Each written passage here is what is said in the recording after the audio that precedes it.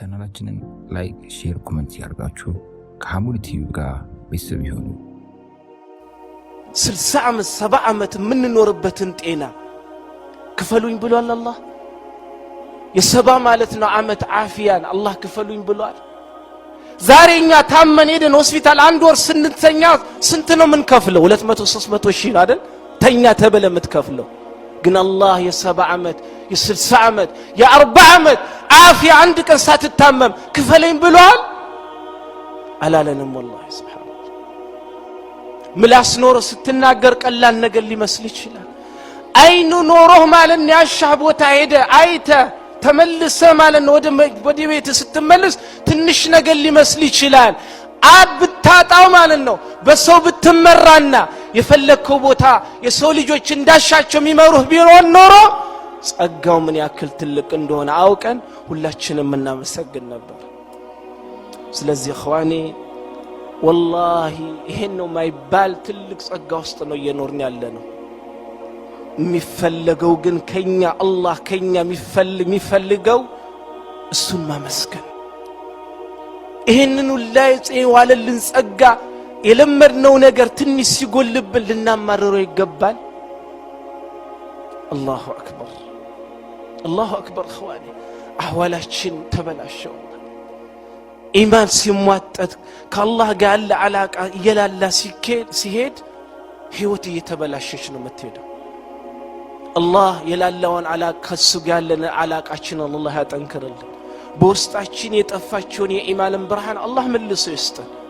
ይሄ ሲሆን ኢንሻአላህ ተዓላ ትንሹም ትልቅ ነው ትልቁም ደግሞ ሱብሃንአላህ ግዙፍ አድርገን እናየዋለን። ያ ካልሆነ ግን የተሰጠን ጸጋ ሁላ ጸጋ መስሎ አይታየንም። ስለዚህ የሁሉን ጸጋ ማየት የምትፈልጉ ከሆነ ጤና ስታስታውሱ ሂዱ ሆስፒታል። ሰላምን ስታስታውሱ ኢራቅ፣ አፍጋን፣ ሱሪያ፣ ሊቢያ፣ ሱዳን፣ ፈለስጢን በለድና በለ ኢትዮጵያ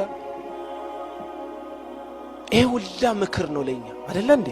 መመከል ለሚፈልግ ሰው አላህ Subhanahu Wa Ta'ala ጸጋውን አውቀው በትንሹም በትልቁም ከሚያመሰግኑ ሰዎች አላህ Subhanahu Wa Ta'ala ያድርግልን። አላህ የታመሙትን ሁሉ አላህ ይፈውሳቸው። ሰላም ያጡትን ሁሉ አላህ ሰላም ይስጣቸው። ወንድሞቻችንን አላህ ያብላቸው ያጠጣቸው። ሰላማቸውን አላህ ይመልስላቸው። አላህ Subhanahu Wa Ta'ala ሞታቸው ያኒ አላህ የሞታቸውን ሸሂድ አላህ ያድርግላቸው። የታመሙትን ሁሉ አላህ Subhanahu Wa Ta'ala ይፈውስላቸው። አላህ ማለት ነው የወሰደባቸውን ሰላም መልሶ አላህ Subhanahu Wa Ta'ala ይስጣቸው። አላህ ማለት ነው ሁሌም ሳይተኙ ታከተኝ ሳይሉ በእስልምና ላይ የሚያሰሩትን ሁላ አላህ የራሱን ሴራ ያሰርባቸው አላህ Subhanahu Wa Ta'ala። አላህ እኛም ለዲናችን ትልቅ ነገር አበርክተን ከሚሄዱ ሰዎች አላህ Subhanahu Wa Ta'ala ያድርገን። እኔም መጠይቃችሁ ሞታችሁ መረሳትን ነው የምትፈልጉት ወላ ሞታችሁ ካፈር በላይ ነክሳም ካፈር በላይ ሆናችሁ መንገስን ነው የምትፈልጉት? ያንን ምን ፈልግ ከሆነ ስራ ይፈልጋል። እንደነ ሰሃቦችና ከነሱ በኋላ የመጡ ሰዎች ማለት ነው ተጠርተን ለዘላለም ስማችን ማለት ነው እንዲወሳ ምን ፈልግ ከሆነ ዲናችንን ከደሙ እከሌን ካልበለጥኩ እንደ እከሌ ማለት ነው ካልሆን እሚለው ነው ያሰከረን ያለው። እንደ እከሌ ለመሆን አትሞክር ወንድሜ፣ እንደ ራስህ ሂድ። ኦሮሞ ምን ይላል ሲተርት አከኢበሉ ሲርባን ሞርመነ መጨብሳ ይላል። እንደ እከሌ ዘፍናለሁ ማለት አንገት ይሰብራል። አንተ እከሌ ማለት ነው ሲጨፍር እንደ ሱር ላለው ካልክ አንገትን የሚቀጠፈው። እንደ ራስህ ዘፈነው፣ እንደ ራስህ ተወዛወዘው። ስለዚህ የእከሌ ህይወት እያያት ትስከር። የእከሌ ህይወት የእከሌ ነው፣ አላህ ለሱ የሰጠው ነው። አንተ ያለህበትን ደግሞ አሁን አላህ ላንተ የፈለገው ነው። አትንቀሳቀስ፣ አትስራ፣ አትልፋ። ጭማሪ ለማግኘት አማልና አትስራ ማለት አይደለም። ግን የእከሌ ማለት ነው ሱብሃንአላህ አይደለም ያዋጣ፣ አላህ ላንተ የሰጠህ ነው ያዋጣ። ስለዚህ اخواني ጤና አለን አልহামዱሊላህ።